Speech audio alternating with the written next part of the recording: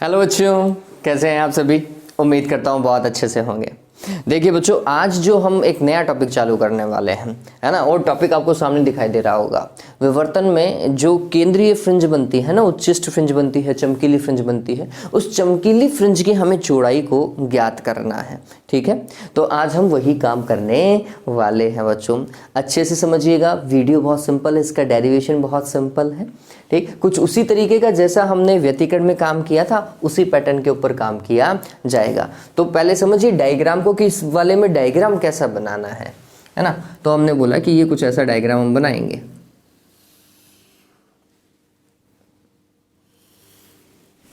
ये एकल स्लिट हो गया, एकल स्लिट विवर्तन की बात करते हैं तो ये एकल स्लिट हो गया, और इससे कुछ दूरी पर यहां पर पर्दा हो। ये पर्दा कितनी दूरी पर है? आंसर है कैपिटल डी दूरी पर है भाई, है ना। ये दूरी कितनी होनी चाहिए? कैपिटल डी होनी चाहिए। फिर स्लिट कैसे बनती है? ओ सॉरी, स्लिट नहीं, विवर्तन का प्रतिरूप कैसा दिखाई देता है हमें पर्दे पर? तो फिर वो कुछ इस तरीके का दिखाई देता है।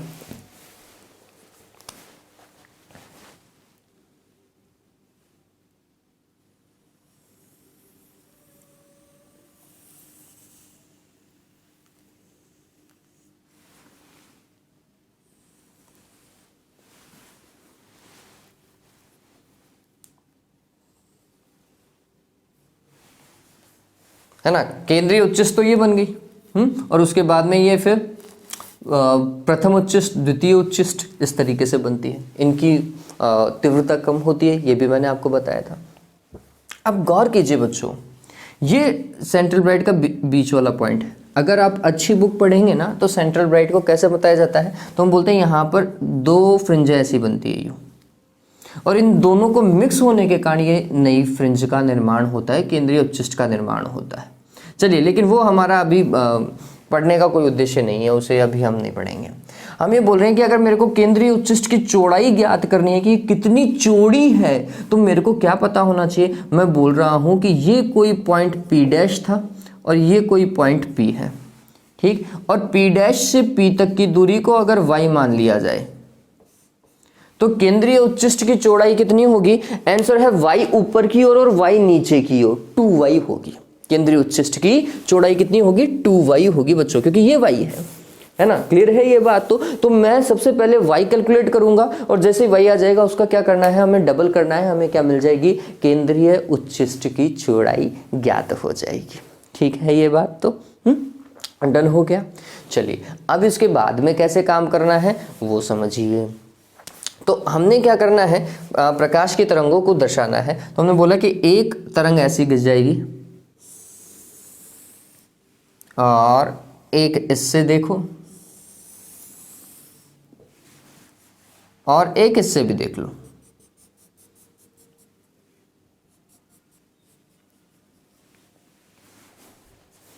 ऐसा ही बना सकते हैं। ठीक, ये बात ध्यान में रखना, ये जो केंद्रीय उच्चिष्ट है वो प्रथम अदीप्त इस तरफ और प्रथम अदीप्त इस तरफ, इन दोनों के बीच में घिरी हुई है। ये बात ध्यान रखना। ये यहाँ पर क्या P डैश पे कौन सी फ्रिंज है? अदीप्त फ्रिंज है, ये बात ध्यान रखना। और कौन सी अदीप्त है?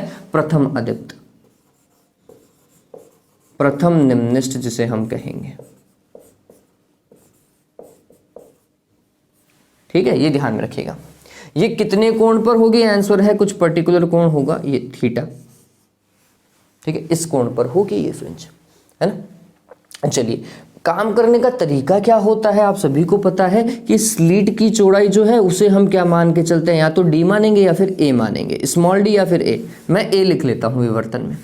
ठीक, और मेरे को अगर कलांतर निकालना होता या सॉरी पथांतर निकालना होता तो हम क्या करते हैं? एक किरण ये पथ तय कर रही है, एक ये वाली पथ तय कर रही है, दोनों के बीच के पथों का अंतर ही क्या होगा? पथांतर। और वो कैसे कैलकुलेट करते हैं? तो बोलते हैं कि यहां से एक लंब डालो,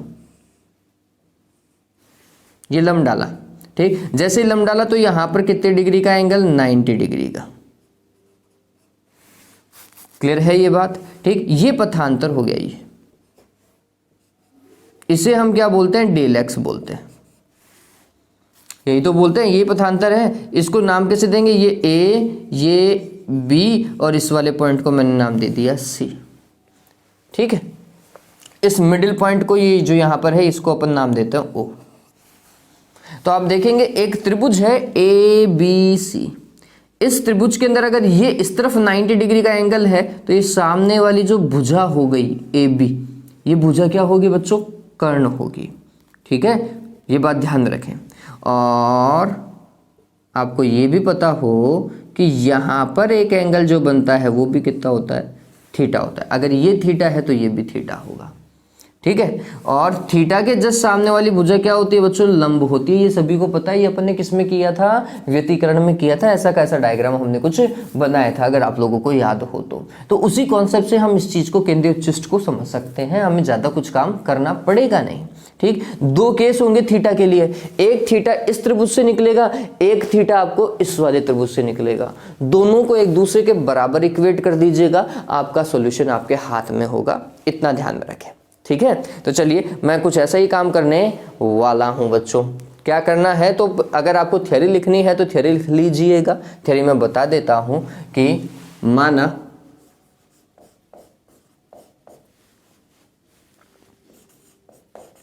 ए बी एक ए चौड़ाई की स्लीट है,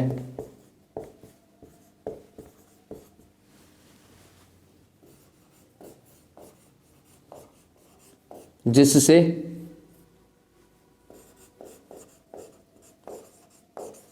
पारगमित प्रकाश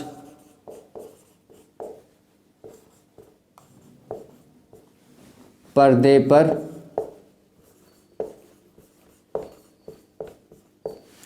विवर्तन प्रतिरूप को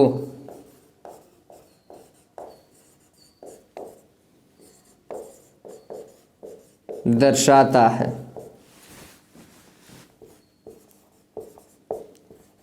यह पर्दा स्लीट से कैपिटल डी दूरी पर है,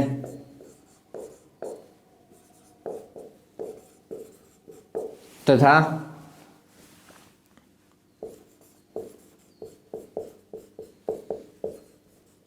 प्रयोगों से स्पष्ट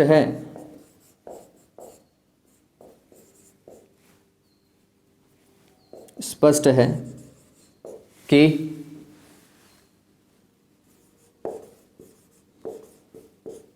विवर्तन में केंद्रीय उच्चिष्ट की चौड़ाई एवं तीव्रता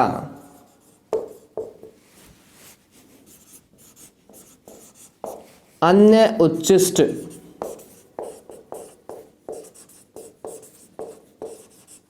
फ्रिंजों से अधिक होती है,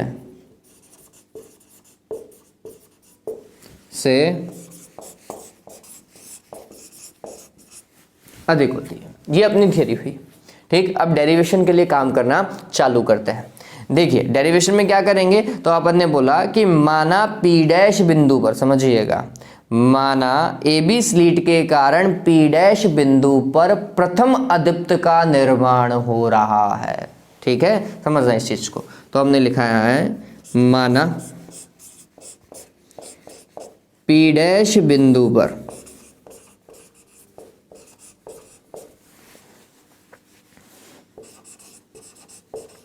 प्रथम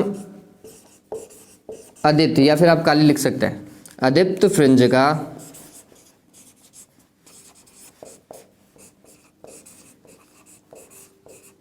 निर्माण हो रहा है।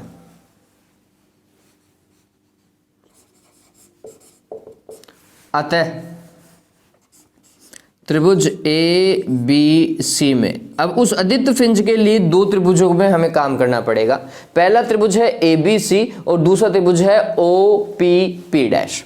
ठीक है, तो त्रिभुज ए बी सी में क्या भाई, हमें सभी को पता है क्या, साइन थीटा निकालते हैं, है ना। तो हमने लिखा साइन थीटा बराबर क्या, लंब बटे कर्ण, लंब क्या है डेल एक्स डिवाइडेड बाय ए।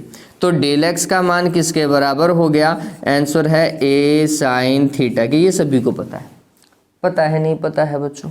ठीक, अब ये डेल एक्स वास्तविकता में है क्या? चलो मैं इसको ऐसा ही रहने देता हूँ, ये स्टेप बढ़ाने की कोई जरूरत नहीं है हमें ये देखना है कि डेल एक्स वास्तविकता में है क्या। तो हम बोल रहे हैं डेल एक्स पथांतर है, और पहली अदीप्त के लिए पथांतर का मान क्या होगा?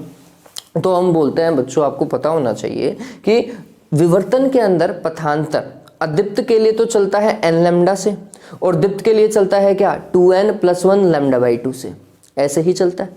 ठीक है, तो ये थोड़ा ध्यान रखना, लास्ट वाले वीडियो में हमने देखा है ये, है ना। तो हमने बोला यहाँ पर साइड में मैं लिख देता हूँ प्रथम अदीप्त हेतु, प्रथम अदीप्त हेतु डेल एक्स पथांतर का मान क्या होना चाहिए? लैम्डा होना चाहिए। n लैम्डा से n की वैल्यू कितनी? 1 रखी, तो फिर ये लैम्डा आ चुका है। तो फिर हमने लिखा साइन थीटा बराबर लैम्डा डिवाइडेड बाय a, ये साइन थीटा का मान हो गया। ठीक, फिर थीटा के अल्पमान हेतु अगर थीटा का मान बहुत कम हो तो क्या होगा? तो हमने बोला थीटा के अल्प मानों हेतु क्या होगा? साइन थीटा को सिर्फ और सिर्फ क्या लिख सकते हैं? थीटा लिख सकते हैं, है ना। साइन थीटा को लिखा जा सकता है सिर्फ और सिर्फ क्या? थीटा। तो थीटा बराबर क्या हो जाएगा? Lambda divided by A. ये हमारे लिए क्या हो गया? पहला समीकरण हो गया। थीटा का मान आ गया यहाँ से। दूसरा त्रिभुज कौन सा लेंगे? O P P dash. ठीक है, इस त्रिभुज में हमें काम करना पड़ेगा। तो नेक्स्ट त्रिभुज ले, फिर त्रिभुज ओ पी पी डैश में अब देखो इसके अंदर हमें क्या क्या ज्ञात है। एक तो हमें ये y पता है, ठीक है, कि ये प्रथम अदीप्त कितनी दूरी पर होगा, और एक हमें ओ पी पता है, और थीटा यहाँ बन रहा है, ये देखो ये थीटा। ठीक है, तो हमने बोला टेन थीटा निकालना, टेन थीटा में लंब भी आ गया और आधार भी आ गया, तो इससे हमारा काम आसानी से बैठ जाएगा। तो हमने क्या निकालना है इस बार? टेन थीटा निकालना है। तो टेन थीटा बराबर क्या? लंब बटे आधार। लंब क्या है? P P dash, P P dash, और आधार क्या है? ओ पी, है ना। पी पी डैश का मान देखो बच्चों y है, और OP का मान कितना है? आंसर देखो, OP O से लेकर P तक की दूरी कैपिटल D, यही तो है। ठीक, तो फिर टेन थीटा आ गया, और वापस से थीटा का मान क्या है? अल्प है। तो हम क्या करेंगे? मैं इधर कर दूं काम, जगह है। ठीक है, तो हमने बोला थीटा के अल्प मानों हेतु क्या होगा? टेन थीटा को भी क्या लिख सकते हैं बच्चों? थीटा ही लिख सकते हैं क्या? वो टेन थीटा लिखा हुआ है, टेन थीटा को भी थीटा लिख सकते हैं। तो हमने लिखा थीटा बराबर क्या हो जाएगा बच्चों? y divided by D. ये हो गया समीकरण नंबर क्या? 2। एक थीटा का मान समीकरण 1 से, एक थीटा का मान समीकरण 2 से, दोनों क्या है? बराबर ही तो है, एक ही फ्रिंज के लिए तो काम कर रहे थे। ठीक, तो हमने क्या करना है? समीकरण 1 व 2 से बराबर रख दो लैम्डा बटे ए बराबर y divided by capital D. हमें क्या निकालना था? y तो निकालना था, और फिर उसका बाद में दुगना करना है। तो y बराबर क्या हो जाएगा? Lambda capital D divided bye a। ठीक है, ये समीकरण नंबर कितना हो गया? 3। y का मान आ गया क्या? ठीक है, जैसे ही y का मान आ गया, क्या निकालेंगे बच्चों? बताओ क्या निकालेंगे? आंसर है केंद्रीय उच्चिष्ट की चौड़ाई। तो यहां पर मैं कर दूं काम, है ना। अतः केंद्रीय उच्चिष्ट की चौड़ाई, ठीक है, और वो हमने लिख दिया W बराबर कितना है? 2y है। 2y है तो फिर क्या होगा? 2 lambda capital D divided bye a। आपको पता चल जाना चाहिए कि केंद्रीय उच्चिष्ट की चौड़ाई निर्भर करती है आपतित प्रकाश के तरंग दैर्ध्य पर। तरंग दैर्ध्य बढ़ाओगे, चौड़ाई, ये चौड़ाई ऐसे ये बढ़ जाएगी। ठीक है, कैपिटल D, पर्दे की दूरी ज्यादा होगी तो भी बढ़ेगा। अगर स्लीट को पतला बनाएंगे तो वो चौड़ी होगी, स्लीट को चौड़ा ले लेंगे तो फिर ये पतली बन जाएगी, चौड़ाई कम हो जाएगी। ठीक है, और ऐसा भी होगा कि कुछ समय पश्चात विवर्तन प्रतिरूप ही समाप्त हो जाए, है ना। चलिए, तो ये क्लियर हुआ इस तरीके से। देखो बहुत छोटा सा डेरिवेशन था, 2 बार थीटा निकाला, दोनों को बराबर किया और फिर फाइनली आंसर मिल जाएगा। ठीक है, तो बहुत सिंपल है बच्चों, केंद्रीय चेस्ट। ठीक, इसे उतार लीजिए, इसके बाद में एक आध और चीजें हम डिस्कस कर लेते हैं। जल्दी से इस चीज को उतारें, जल्दी से बच्चों। हाँ, ये आप चाहे तो तीव्रता लिख लीजिएगा। इसकी तीव्रता कितनी, I0, फिर इसकी तीव्रता कितनी, I0 डिवाइडेड बाय 22, फिर इसकी तीव्रता कितनी, I0 डिवाइडेड बाय 62 लिख लीजिए या फिर 61 लिख लीजिए, कोई दिक्कत वाली बात नहीं है। जल्दी से उतारो इसे, जल्दी से उतारें। सिंपल है, ये वाला डेरिवेशन तो कंपैरेटिवली बहुत ज्यादा सिंपल था, है ना। चलिए, जिस तरीके से आप इस चैनल को सपोर्ट कर रहे हैं बच्चों, उसी तरीके से इस चैनल को सपोर्ट करते रहें। आपका लगातार सपोर्ट ही जो है वो इस चैनल को बरकरार रख पाएगा। उतार लेंगे, हाँ, मैं हटाऊंगा इस चीज को। हम न्यूमेरिकल भी आज करेंगे। तो ये डेरिवेशन यहाँ पे कंप्लीट हो गया है। अब एक आध चीजें मेरे को बतानी है, वो मैं स्टार लगा करके लिखा दूंगा या फिर आप नोट करके लिख लीजिएगा। ठीक है, चलिए, तो यहां से थीटा आपको पता चल ही गया है ना।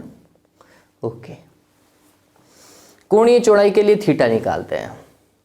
ठीक है, तो कोणीय चौड़ाई के लिए हम थीटा निकाल लेंगे और तो कुछ नहीं होगा, लैम्डा डिवाइडेड बाय ए हो गया। थीटा का मान कितना है, लैम्डा डिवाइडेड बाय ए, ये बात ध्यान में रखना। ठीक है,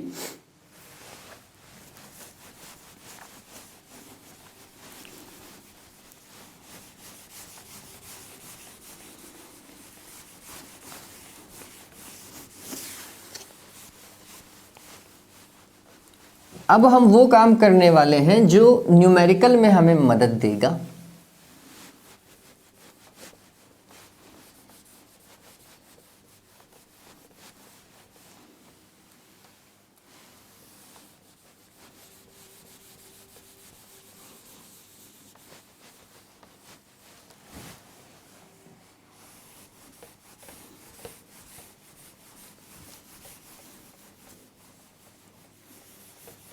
ये थीटा ध्यान में रखिएगा, एक थीटा लैम्डा बाई ए आ रहा है, एक theta Y divided by D आ रहा है।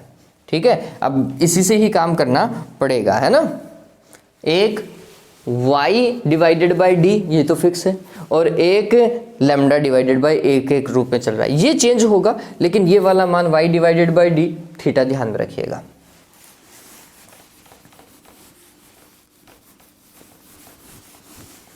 अब नोट करके लिख लीजिए, डायग्राम बनाने की आवश्यकता नहीं है, डायग्राम बनाए तो बहुत बढ़िया, अदरवाइज नोट करके लिख लीजिए। ये न्यूमेरिकल में आती है ये चीजें। क्या भाई,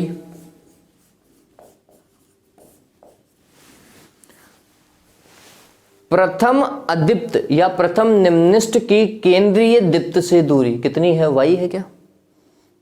ठीक है, तो हमने बोला y1 लिख देता हूं मैं चाहिए इसे। तो पहला पॉइंट क्या है, प्रथम अदीप्त की केंद्रीय उच्चिष्ट से दूरी। ठीक, कैसे कैलकुलेट करेंगे, तो हमने बोला अदीप्त के लिए अगर साइन थीटा निकालते, उस थीटा में हम क्या लिखते हैं, तो ये बात ध्यान में रखना, अदीप्त के लिए होता है N lambda divided by A, ये निकाला है अपन ने, है ना। एन वी अदीप्त के लिए थीटा एन बराबर एन लैम्डा डिवाइडेड बाय, तो पहली अदीप्त के लिए एन का मान कितना रखेंगे, 1 रखेंगे। तो हमने बोला ये हो जाएगा लैम्डा डिवाइडेड बाय ए, बराबर में क्या बच्चों, दूसरा थीटा हमेशा फिक्स था, कितना बताया था मैंने, y divided by capital D, बताया था नहीं बताया था, तो ये कुछ ऐसा हो जाएगा। तो इसका मतलब y का मान कितना आया, आंसर है lambda capital D divided by A. ये पहली अदीप्त की स्थिति है। ये किसकी स्थिति है, पहली अदीप्त की या पहली निम्निष्ठ की। अदीप्त को और क्या लिख सकते हैं, निम्निष्ठ लिख सकते हैं, है ना। पहली निम्निष्ठ की स्थिति किससे, केंद्रीय दीप्त से। इसी तरीके से अगर दूसरी अदीप्त की बात की जाए, ये वाली की, इसकी, ये पहली अदीप्त, ये दूसरी अदीप्त, ये कैसी आएगी, तो यहाँ पर n की जगह 2 रख लीजिएगा, ठीक है। तो हमने लिखा द्वितीय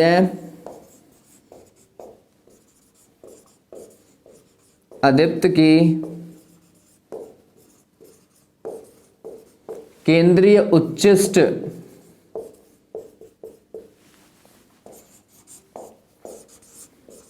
से दूरी क्या होगा, तो आंसर है, आप थीटा की जगह कितना लिखेंगे, 2 लैम्डा डिवाइडेड बाय ए, ठीक है, इतना ही तो आएगा दूसरे के लिए। और एक थीटा फिक्स है y डिवाइडेड बाय डी, तो इस बार y की वैल्यू कितनी आ जाएगी, आंसर है 2 lambda capital D divided by A, इतनी आएगी, ठीक, ये ध्यान रखना। तो इसको मैं y1 लिख देता हूँ, इसे मैं y2 लिख देता हूँ, ठीक। इसी प्रकार एनवी अदीप्त हेतु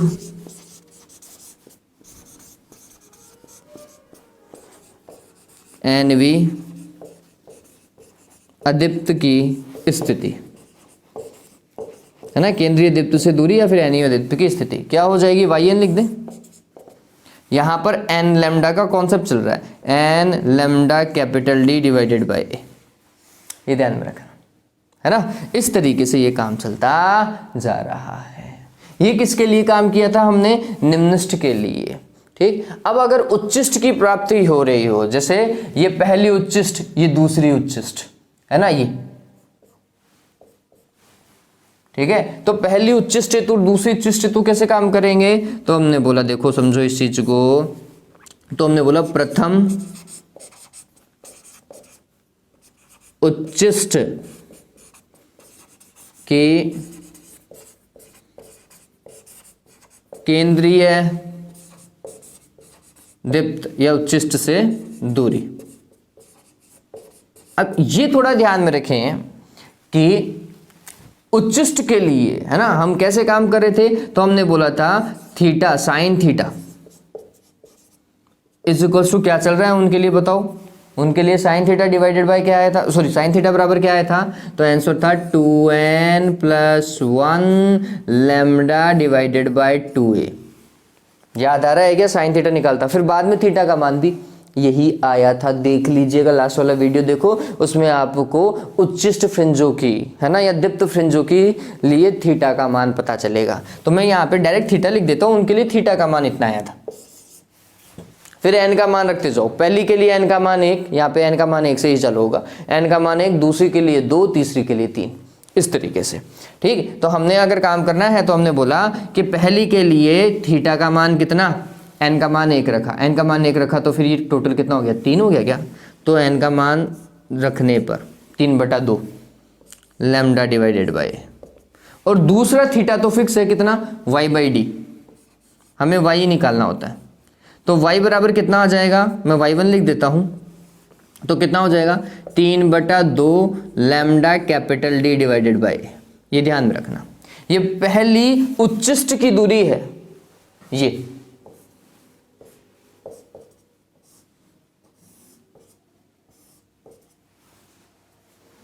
ये दूरी है बच्चों, किससे, केंद्रीय दीप्त से।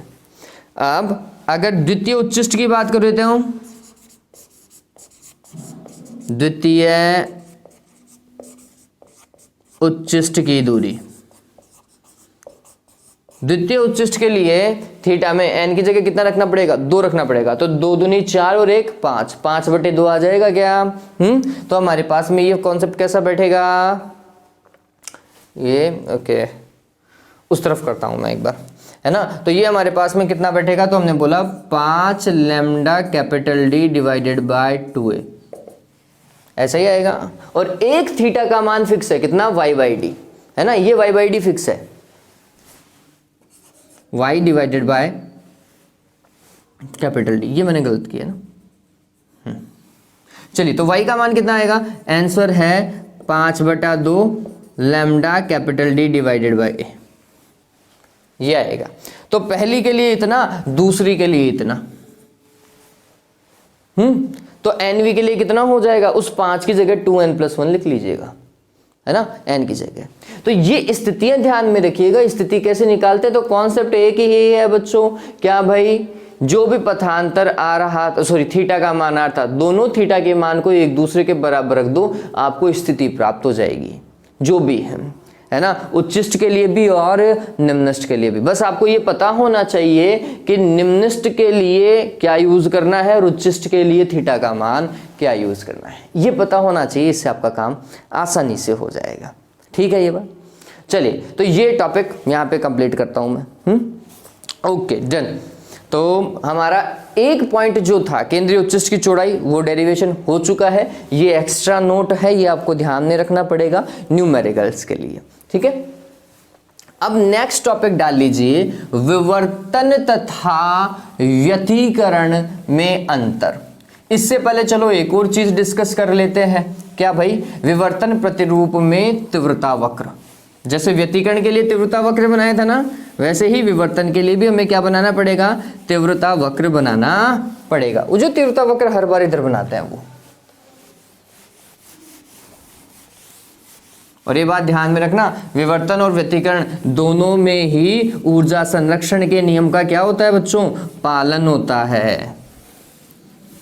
ये ध्यान में ही रखें।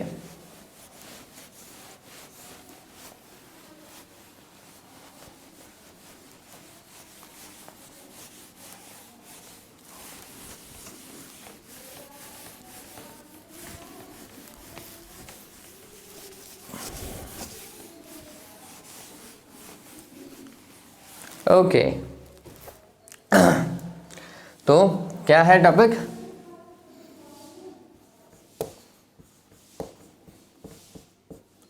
विवर्तन प्रतिरूप में तीव्रता वक्र। बहुत सिंपल था बच्चों ये वाला वक्र, तो आपने हर बार बनाया, हर एक डायग्राम में बनाया है ये वाला। बनाया नहीं बनाया? बनाया ना देवताओं, है? कैसे बनाना है? तो ये कुछ ऐसा बनाते हैं अपन। अब इसको सीधा बना लो यहां पर, कुछ ऐसा। ठीक, फिर ये केंद्रीय उच्चिष्ट हो जाएगी, है ना, जिसकी तीव्रता आप कितनी लिखेंगे? I0 लिख दीजिएगा। फिर ये जो निम्निष्ट बनी, पहली निम्निष्ट, इसके लिए थीटा का मान कितना था? आंसर है लैम्डा डिवाइडेड बाय ए। फिर दूसरी के लिए 2 लैम्डा डिवाइडेड बाय ए।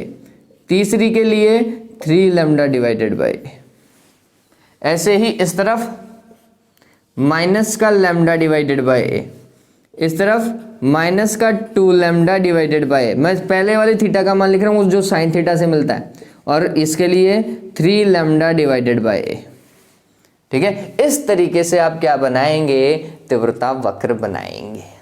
ठीक है, डन हो गया बच्चों, कोई दिक्कत नहीं होनी चाहिए, है ना। तो ये हमारा क्या है? विवर्तन प्रतिरूप हेतु तीव्रता वक्र है, ध्यान में रखिएगा। ठीक, आप चाहें तो इसमें लिख दीजिएगा वापस से वही।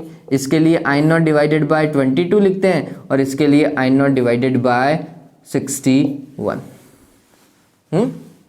फिर यहां पर इसको लिख लीजिएगा केंद्रीय उच्चिष्ट,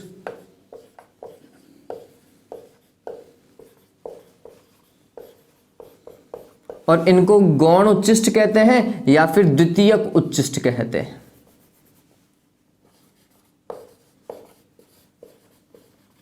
द्वितीयक उच्चिष्ट। ठीक है, ये दोनों द्वितीयक उच्चिष्ट हैं भाई। जो भी आगे बनेंगी वो सारी द्वितीयक उच्चिष्ट ही होंगी, है ना। डन हो गया, ये कोई दिक्कत नहीं है। चलिए अब हम बात करते हैं विवर्तन तथा व्यतिकरण में अंतर। हेडिंग डाल लीजिए, विवर्तन तथा व्यतिकरण में अंतर। तो व्यतिकरण में कैसा मिल रहा था? मैं ऐसा ही प्रतिरूप में डालता हूं। तो ये बीच वाली फ्रिंज जो होती है वो दीप्त होती है,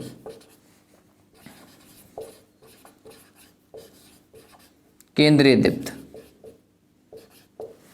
ठीक, फिर इस केंद्रीय दीप्त के दोनों तरफ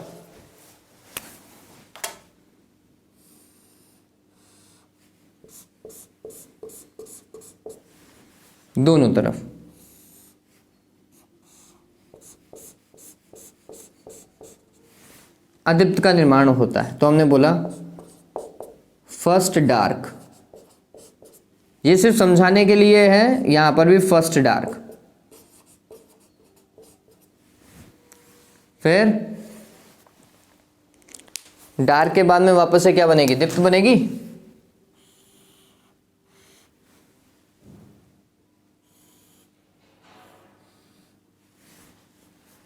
ऐसा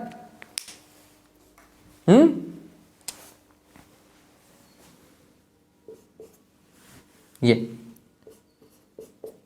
फर्स्ट ब्राइट,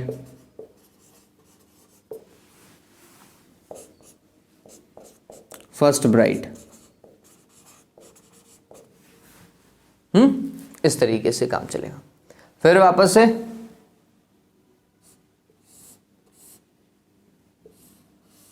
डार्क,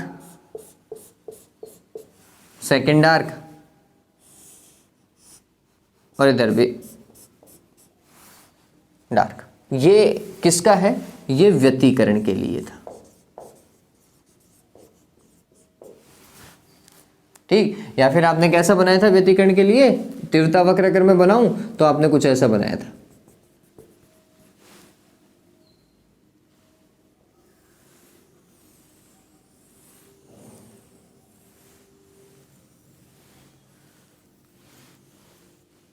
ऐसा बनाया था, ये बीच वाला दीप्त के लिए था। ठीक, फिर ये, तो ये केंद्रीय दीप्त थी, केंद्रीय, इसके लिए पथांतर वथांतर 0 होता है। फिर ये लैम्डा, ये 2 लैम्डा, इधर माइनस का लैम्डा और इधर माइनस का 2 लैम्डा, ऐसा है ना। क्या क्या अंतर है, टॉपिक डाल लिया ना आपने, difference between diffraction and interference. तो अब यहाँ पर लिखना चालू करो, ऐसा लाइन बना लीजिएगा और लिखना चालू करो। क्या भाई, व्यतिकरण के अंदर क्या लिखोगे, इस तरफ व्यतिकरण है और उस तरफ विवर्तन है। पहला पॉइंट तो इनकी डेफिनेशन ध्यान में रखिए। डेफिनेशन क्या है, व्यतिकरण कब होता है, तो हम बोलते हैं दो समान आवृत्ति की तरंगे जिनके मध्य का कालांतर क्या होता है, फिक्स होता है, मतलब कला संबद्ध तरंगे होती हैं। ठीक, जब ये अध्यारोपित होती हैं तो फिर कौन सी घटना होती है, आंसर है व्यतिकरण होता है। ठीक, पहला तो हमने बोला कि दो या दो से अधिक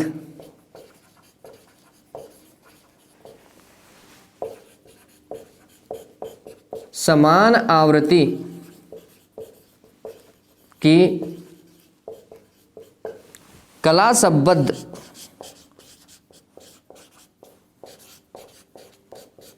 तरंगों के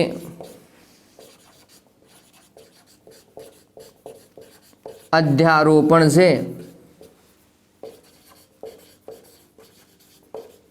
व्यतिकरण की घटना उत्पन्न होती है, घटना संपन्न होती है। ठीक है, आवृत्ति समान होनी चाहिए, कला संबद्ध स्रोत होने चाहिए, अर्थात कालांतर नियत होना चाहिए। ठीक, जबकि विवर्तन में क्या है, विवर्तन में भी होता तो अध्यारोपण ही है, लेकिन यहां पर क्या होता है बच्चों, थोड़ा अंतर है। ठीक, यहां पे ये जो तरंगे निकल रही हैं वो कहां से निकल रही हैं, तो इसके अंदर तो 2 स्लिट थी, व्यतिकरण में 2 थी, इसके अंदर एक ही स्लिट है, लेकिन उस स्लिट में प्रकाश स्रोतों की संख्या बहुत ज्यादा है ना। उन प्रकाश स्रोतों से क्या निकलती हैं, द्वितीयक तरंगिकाएं निकलती हैं। उन द्वितीयक तरंगिकाओं के माध्यम में अध्यारोपण से क्या होता है, विवर्तन प्रतिरूप निकलता है। ठीक है, तो हम बोलते हैं विवर्तन में क्या होता है कि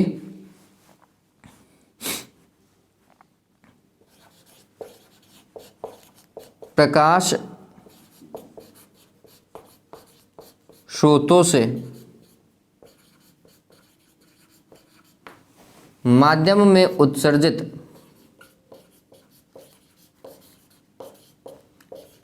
द्वितीयक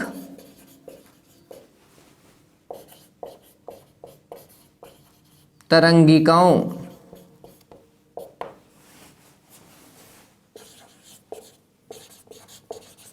के अध्यारोपण से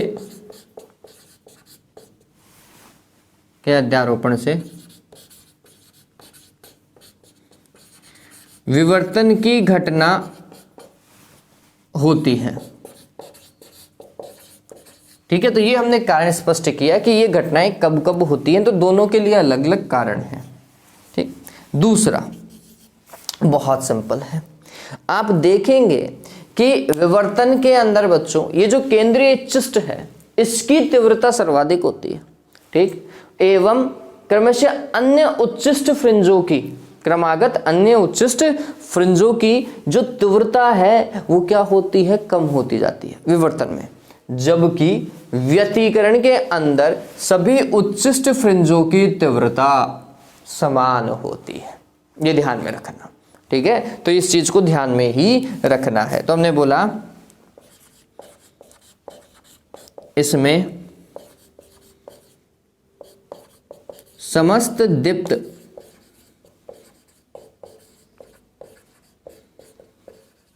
फ्रिंजों की तीव्रता क्या होती है, समान होती है, ठीक है। जबकि यहां पर विवर्तन में क्या होना चाहिए, केंद्रीय दीप्त की तीव्रता सर्वाधिक, की तीव्रता क्या होती है बच्चों, सर्वाधिक होती है,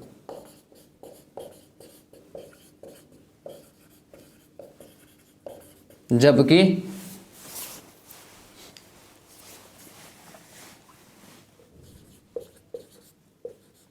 अन्य दीप्त फ्रिंजों की तीव्रता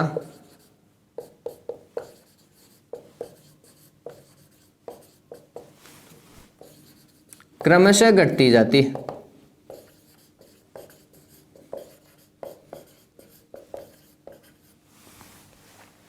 ठीक है। फिर तीसरा देखो,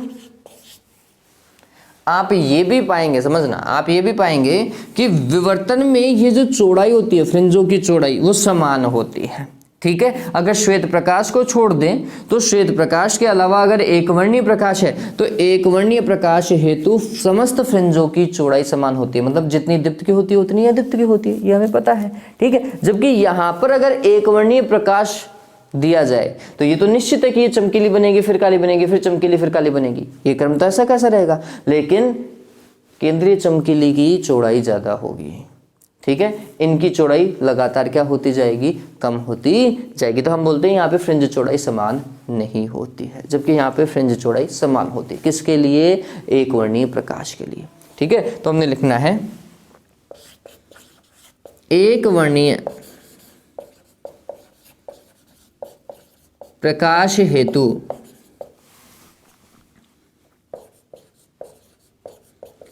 समस्त फ्रिंजों की चौड़ाई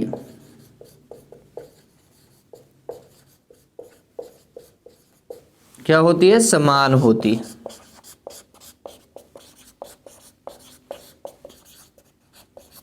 ठीक। यहां पर लिख लीजिएगा एक वर्णीय प्रकाश हेतु समस्त फ्रिंजों की चौड़ाई समान नहीं होती है, ठीक है, ये लिख लीजिएगा। अब इसके बाद में नेक्स्ट और लास्ट, इससे ज़्यादा अपन डिस्कस नहीं करेंगे, 4 बहुत होते हैं, हालांकि और भी डिस्कस कर सकते थे।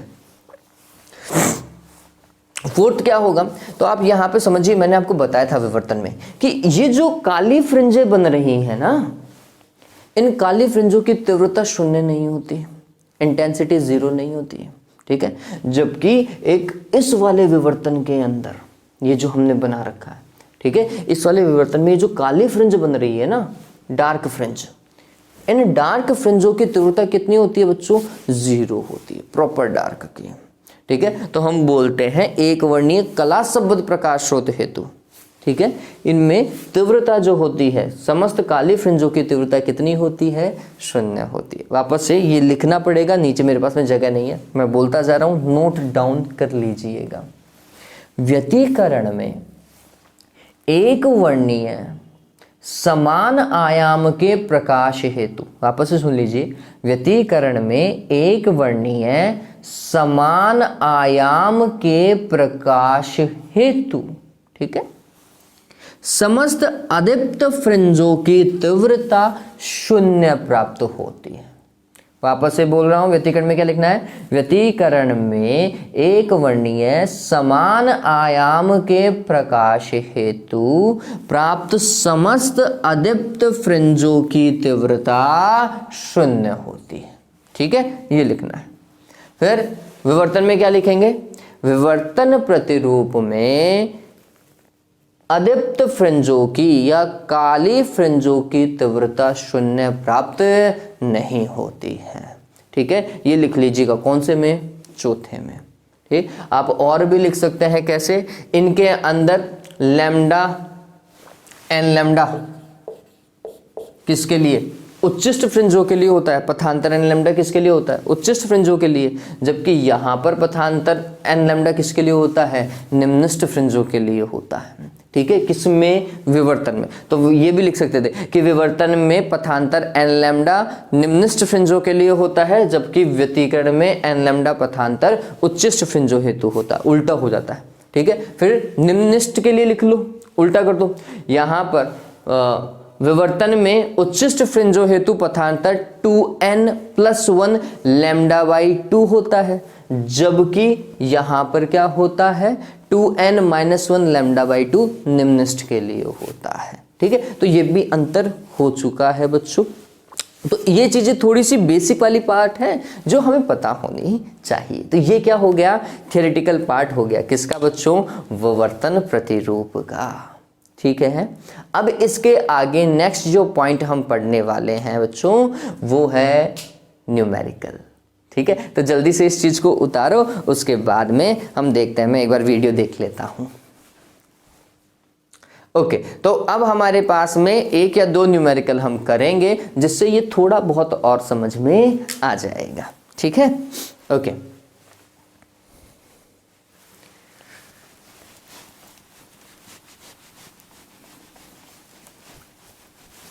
ये तीव्रता वक्र है ना, ये ध्यान में रखिएगा किसका तीव्रता वक्र कैसा बनता है, व्यतिकरण वाला इधर बनाया था, विवर्तन वाला तीव्रता वक्र उधर बनाया था। तो ये थोड़ा ध्यान में रखिएगा, क्योंकि एग्जाम में 1 नंबर का तो तीव्रता वक्र ही पूछ लेता है या ऊर्जा वितरण वक्र ही पूछ लेता है, इनको ऊर्जा वितरण वक्र भी बोलते हैं।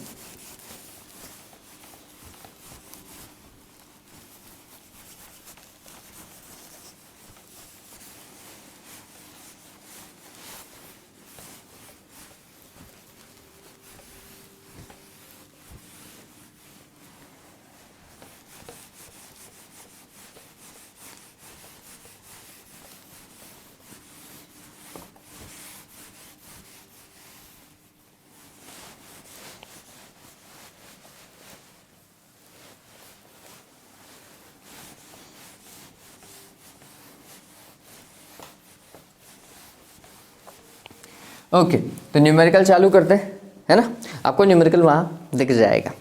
ऑलराइट, तो देखिए पहला न्यूमेरिकल क्या बोल रहा है, एकल स्लीट विवर्तन प्रतिरूप में द्वितीय कोटि की चमकीली फ्रिंज केंद्रीय उच्चिष्ट के केंद्र से 1.4 mm दूरी पर है। अब ये थोड़ा सा समझिएगा, द्वितीय कोटि मतलब दूसरी, है ना, दूसरी जो चमकीली फ्रिंज है वो कहां पर मिल रही है, केंद्र से 1.4 mm की दूरी पर। मैं डायग्राम बनाऊं, क्वेश्चन तो दिखाई दे रहा होगा। तो अगर मैं इस चीज को ऐसा समझो, चलो ऐसा बना देता हूं यहां पर,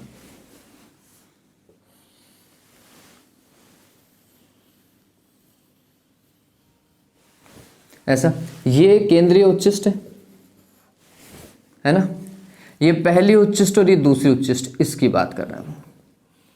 तो बोल रहा है केंद्रीय उच्चिष्ट से दूसरी उच्चिष्ट की दूरी y2, ठीक है, y2 लिखा था अपन ने। इस y2 का मान कितना है, 1.4 mm। इस y2 का मान कितना है, 1.4 mm। डन हो गया। ओके, फिर पर्दा 0.8 mm चौड़ाई की स्लीट से 80 सेंटीमीटर दूर है। तो देखो पर्दे की दूरी कितनी है, 80 सेंटीमीटर, और स्लीट की चौड़ाई कितनी है, 0.8 mm। स्लीट की चौड़ाई को हम बोलते हैं विवर्तन में a, और वो 0.8 mm है, 0.8 mm, ठीक है। और पर्दे की दूरी कैपिटल D वो कितनी है, 80 सेंटीमीटर। चलो इनको कन्वर्ट करो, ये हो जाएगा 1.4 गुणा 10 की घात -3, ये हो जाएगा 0.8 गुणा 10 की घात -3, ये हो जाएगा 80 गुणा 10 की घात -2। ये सारे मीटर में हमने कन्वर्ट कर ली दूरियां। ठीक है, अब क्या बोल रहा है, एक वर्णी आपतित प्रकाश मानते हुए तरंग दैर्ध्य की गणना कीजिए। हमें कैलकुलेशन करनी है लैम्डा के लिए। ठीक, लैम्डा की वैल्यू कैलकुलेट करनी है। ये लैम्डा क्वेश्चन मार्क है भाई, आसानी से कर सकते हैं। वाई उच्चिष्ट फ्रिंजों हेतु अगर y आपको पता हो, yn बराबर मैंने क्या बताया था 2n plus 1 lambda capital D divided bye 2a। ये तो बताया था ना कि यहाँ पे विषम संख्या वाला काम करना है, 2n प्लस 1 लिख लेना है ना। चलिए हमें y2 निकालना है, तो y2 बराबर क्या हो जाएगा, यहाँ पे 2 रखो तो ये कितना हो जाएगा 5 हो जाएगा, 5/2 है ना, lambda capital D divided bye a। चलिए y2 का मान कितना 1.4 गुणा 10 की घात -3 बराबर 5/2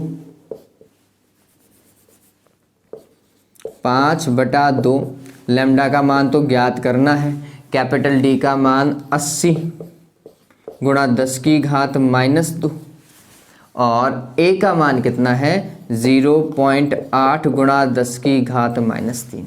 यही तो है देवताओं, ऐसा ही करना है। चलिए इसका पॉइंट हटाऊं तो ऊपर किससे मल्टीप्लाई करें 10 से।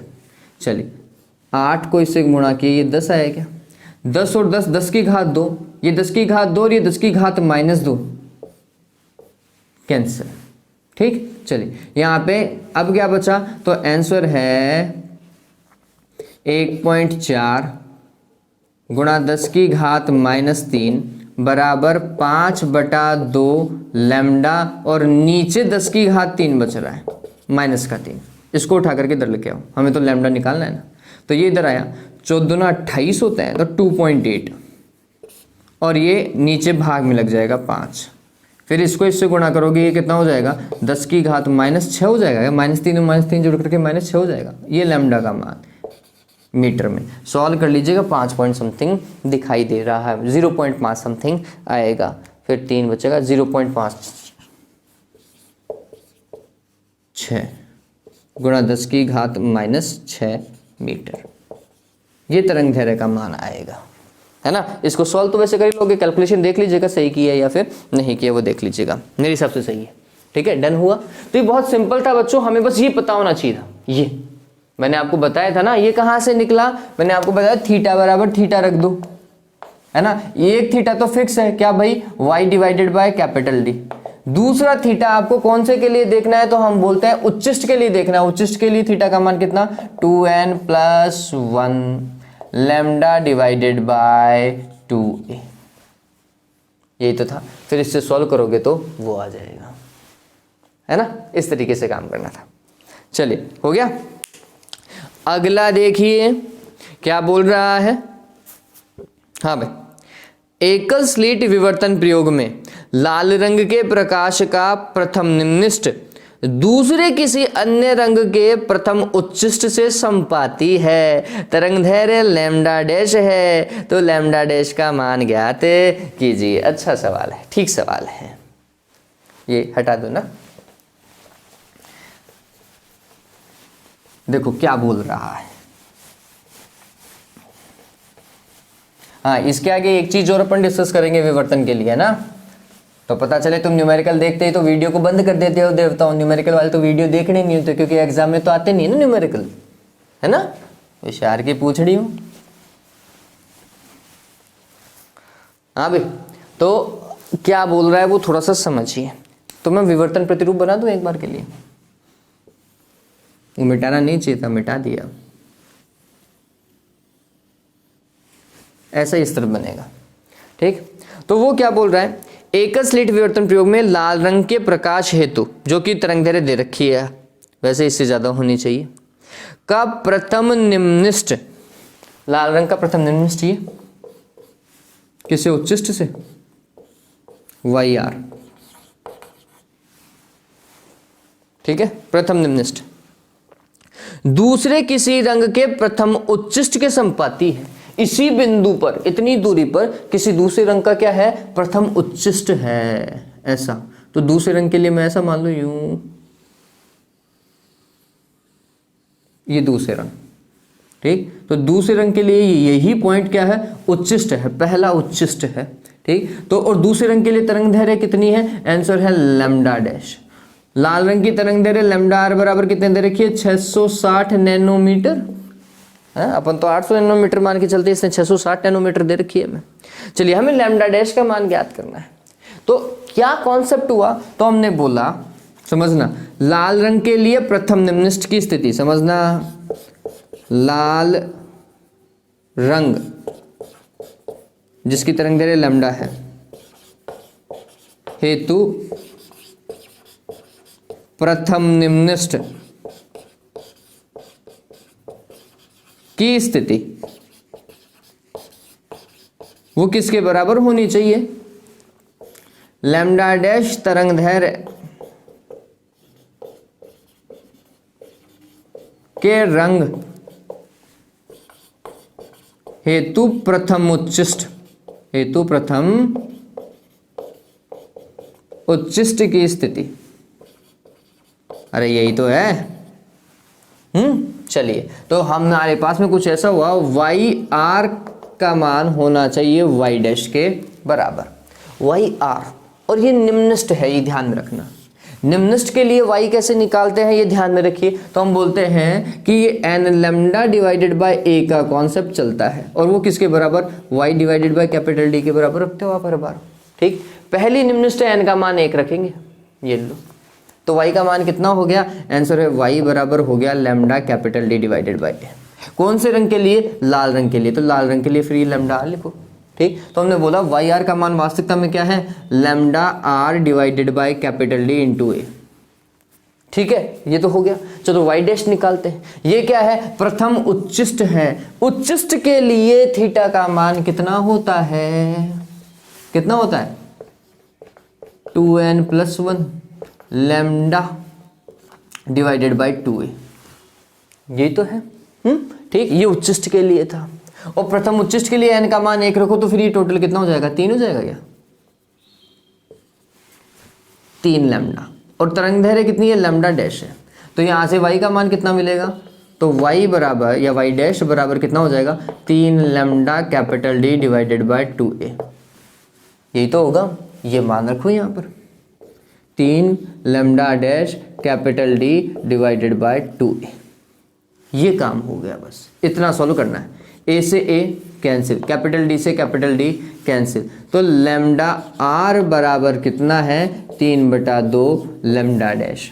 तो फिर लैम्डा डैश बराबर कितना हो जाएगा, 2/3 लैम्डा r। लैम्डा r का मान दिया हुआ है 660, मान रखो, ख़त्म करो, नैनोमीटर लगा दीजिएगा। ठीक है, इतना ही काम होगा। डन हुआ ये। चलिए अब इसके बाद में एक चीज, विवर्तन के अंदर भी तो श्वेत प्रकाश ला सकते थे ना, जैसे व्यतिकरण में ला सकते थे वैसे ही विवर्तन में भी ला सकते थे। तो सेम चीज है बच्चों, है ना। यदि समझना इस चीज को, ये सवाल तो हो गया, यदि विवर्तन के अंदर एक वर्णीय प्रकाश है तो फिर चमकीली काली, चमकीली काली, चमकीली काली बनेगी, समान रंग की चमकीली बनेगी, और काली तो वैसे भी काली ही होती है। लेकिन अगर विवर्तन में श्वेत प्रकाश लाया जाए तो केंद्रीय चमकीली फ्रिंज श्वेत रंग की होती है, वैसी की वैसी, तथा उस केंद्रीय श्वेत फ्रिंज के दोनों तरफ लाल रंग की फ्रिंज होती है। ठीक है, जैसा व्यतिकरण में था। तथा अंतिम फ्रिंज कौन सी होती है, बैंगनी रंग की होती है। ठीक है, सेम वैसा का वैसा जैसा किसमें था, व्यतिकरण में था, क्योंकि दोनों ही चीजों में अध्यारोपण ही तो हो रहा है। ठीक, तो ध्यान में रखना, इसमें भी केंद्रीय दीप्त तो श्वेत ही होगी और उसके दोनों तरफ पास वाली लाल होगी, और दूरस्थ कौन सी होगी, बैंगनी होगी। और उसके बाद में तो विवर्तन पैटर्न वैसे भी खत्म ही हो जाता है, देखा जाए तो लाल तक ही हमें दिखाई देता है अच्छे से। डन हुआ ये। चलिए तो आज के लिए बच्चों इतना ही है। नेक्स्ट वीडियो बहुत ज़्यादा इंटरेस्टिंग है, तो वो अच्छे से देखिएगा। मैं उम्मीद करूँगा या फिर मैं पूरी कोशिश करूँगा कि वो आपको अच्छे से समझ में आए। आज के लिए इतना ही। Have a good day, take care.